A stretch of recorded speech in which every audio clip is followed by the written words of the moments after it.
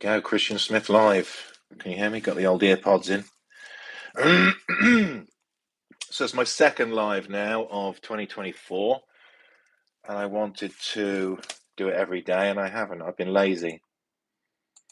So I'm going to try my best to do it every day from now on. And maybe only do 15, 20 minutes. But I think that's a good start. Is that better with the light? Yeah, hair looks good, doesn't it? Looking hot, looking suave. So, excuse me, I have been doing lives. Like I said, this is my second live on YouTube. I've been doing lives on Hello Talk. I started using that app probably 6 months ago. I want to learn Japanese. And I, again, started off well, doing a live probably once a week. And then it dropped to once every 2 weeks. And then I haven't done one since just before Christmas. So consistency is the name of the game, as we know with YouTube video production. So I'm becoming more consistent with that. My personal channel now is at 97 subscribers. Let me have a look. Yeah, 97. And that's 63 of those subscribers came in the last 28 days. So that's pretty good. My consistency for uploading on that channel is a bit better. And I'm going to try and increase that as well. So what I'm looking at the moment is once a week. Trying to do once a week. So we'll see how it goes. This is a personal channel, and it's really kind of based on my Renaissance life. What interests me, what my background is. I worked in real estate in Manhattan for 6 years. Lived in Manhattan for 10 years. Or lived in New York, lived in Brooklyn for 10 years. Worked in Manhattan for 9 of those 10 years. So it's a little bit about that. It's a little bit about style. I'm big into fashion. And so it's a lot on style. I've done some quite successful videos on how to tie a tie. So I have 5 videos in total. And my best performing one is now at 7,600 views.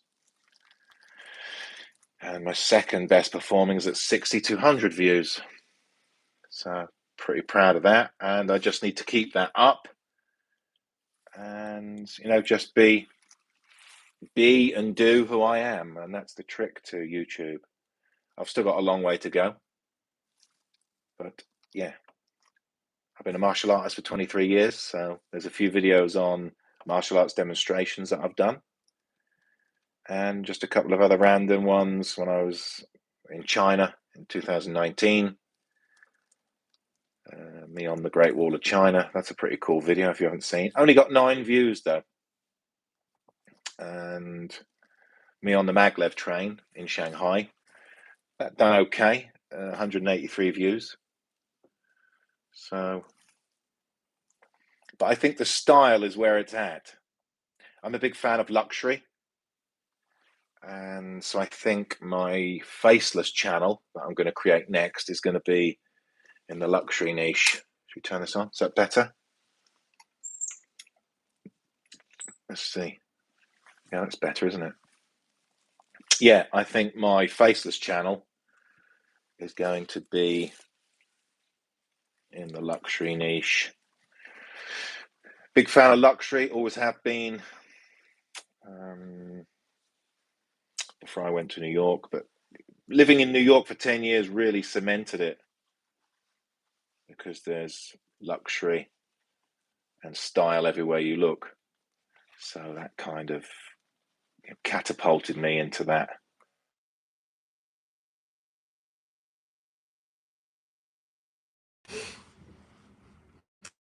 With people daily who are very stylish and high net worth individuals renting and buying real estate in the city. And my social circle was dealing with luxury, dealing with high-end clothing, and being a thrifty shopper. And that's the other good thing about living in New York and working in Manhattan. Great thrift. I'm a big thrifter, and since I've been in Tulsa, Oklahoma for the last 3 years, the thrift is so-so. It's apples and oranges, but yeah, New York had some great thrift stores, and I was very fortunate to hunt out and find some great spots. So I've done lots of shopping, and I'm going to do another chat. I'm going to do another video, or continue on my personal channel with videos on my hauls that I got from the thrift shopping in New York. Got some really good stuff. So yeah, that's all good. So I think I'm going to push forward with a luxury theme channel, a faceless luxury channel with everything. I'm going to encompass everything on it. I'm a big fan of watches. I'm a big fan of clothing. I'm a big fan of cars.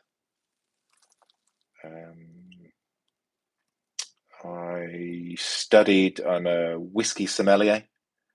I studied WSET, World Spirits and Education Trust,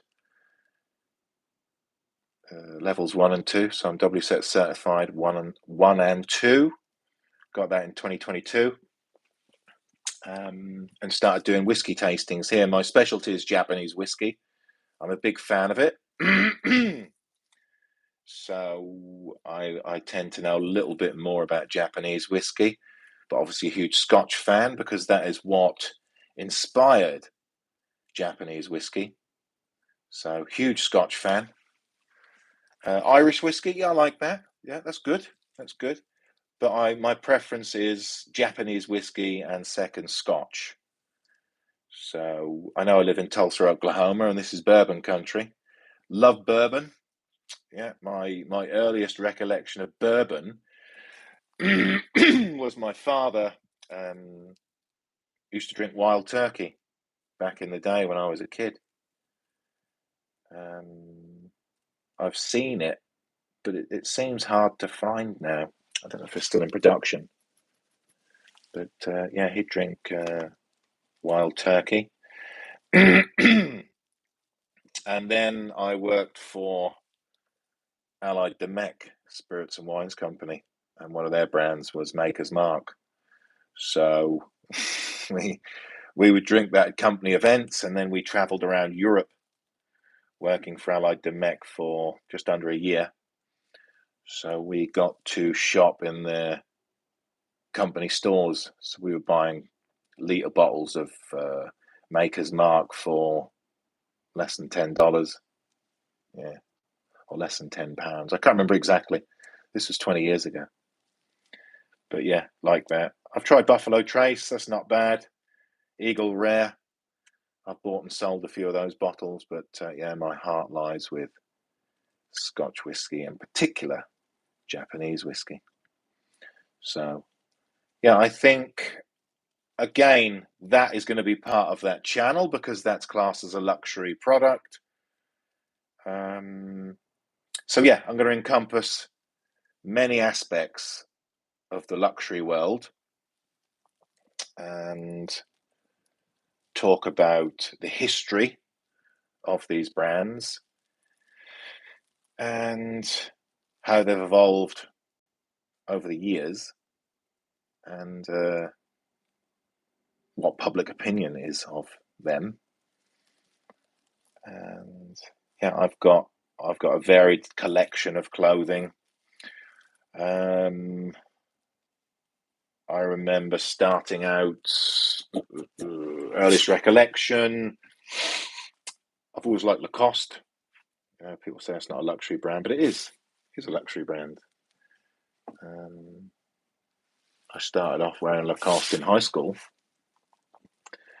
And funnily enough, funny story, and I'll do another video on this, I had a couple of Lacoste shirts at high school, and I had a red one in particular. That was my favourite. And I wore that through high school. And as I grew bigger, I outgrew it and gave it to my mother.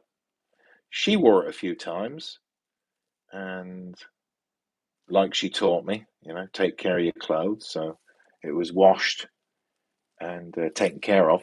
And she gave it back to me just before I moved to New York. Obviously, it was, I think she'd outgrown it slightly. But I've still got it, the original one that I would have worn when I was 14, 15 maybe.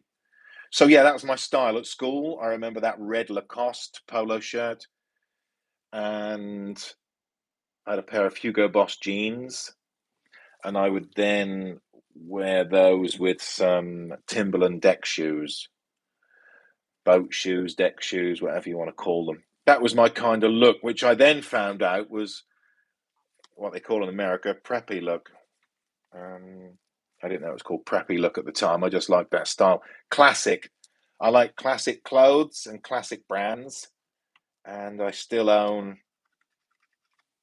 probably half a dozen Lacoste t-shirts, polo shirts, one t-shirt, a couple of sweaters.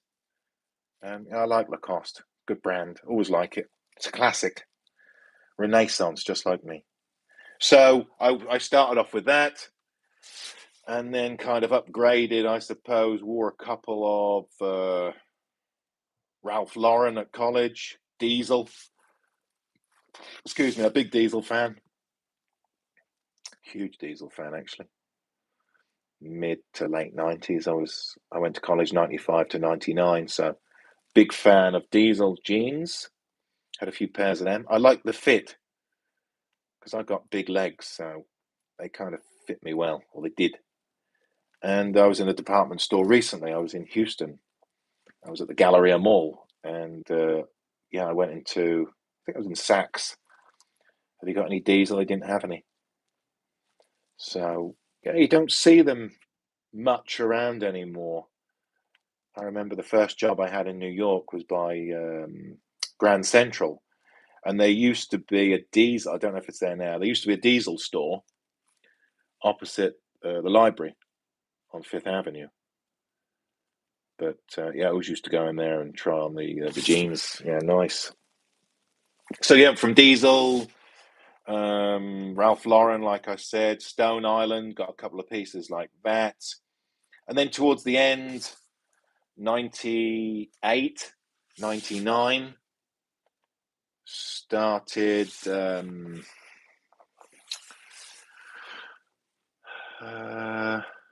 Versace. That's when I first got into Versace and Moschino, Prada, those kind of brands. So I then wore them for a while, and then went not off them, but didn't purchase them anymore. And then I've always been a big sportswear person. And then it was when I moved to New York, and I got introduced to Louis Vuitton, and that's when I started to shop at Housing Works in Chelsea. I worked on West 17th Street between 5th and 6th, closer to 6th Avenue. And you would just go across 6th Avenue. And on the opposite side, between 6th and 7th, was Housing Works, which is a HIV charity in the city. And this particular location had the most amazing stuff you could ever imagine. And I'm not just talking clothes, because half of my wardrobe there where the coat is hanging, and my wardrobe there, half of that wardrobe and the other wardrobe is full of all the stuff I bought there over the period of working at that location. I worked in real estate and my office was just there on West 17th. So whenever I caught the train, I would walk around and catch the train on the corner of 7th and 18th.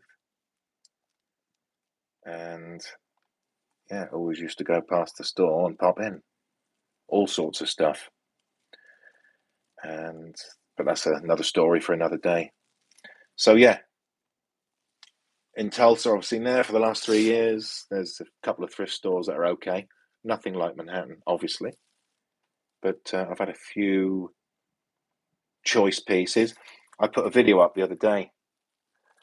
I bought 2 pairs of Nudie jeans. Anyone that knows Nudie, they're a Swedish organic cotton jean manufacturer. So I got a pair of stonewashed and a pair of dark denim Nudie jeans in the right size. They're very fitted, and even though I've got big legs, they still work. Perfect fit. But they are a slim fit jean. And the darker pair had a fray, maybe, or was starting to come away, maybe 1.5 inches right in the seat. And I've done a video on YouTube, it's on my channel, about me repairing it. Repair went well, yeah. And I think they'll last a long time. These are $200 jeans, and I bought 2 pairs for $15, so it's not bad. So that was a good haul. But yeah, what have we been on there now? 17 minutes doing a live. So yeah, nobody's come on yet, but I don't expect them to. But I need to do this more regularly and talk about different things. I've got lots to talk about. So it'll be interesting to have a chat. Like I said, I need to get back into the Hello Talk. I still want to learn Japanese. And there was lots of people on there, obviously used to tune in to my lives because an English speaker, people from all over the world actually, want to practice their English. So I enjoyed that. So that's what I need to get back to. So yeah, coming up for, I'll call it a day at 20 minutes. But yeah, I like this. I like this. This is good for my YouTube channel. This is good for everything. And I miss public speaking. I'm a martial arts instructor as well, so my public speaking is pretty good. But I want to hone it. I want to hone it, and I want to reach a wider audience. And I know I can. Anyway, thanks for listening. See you next time.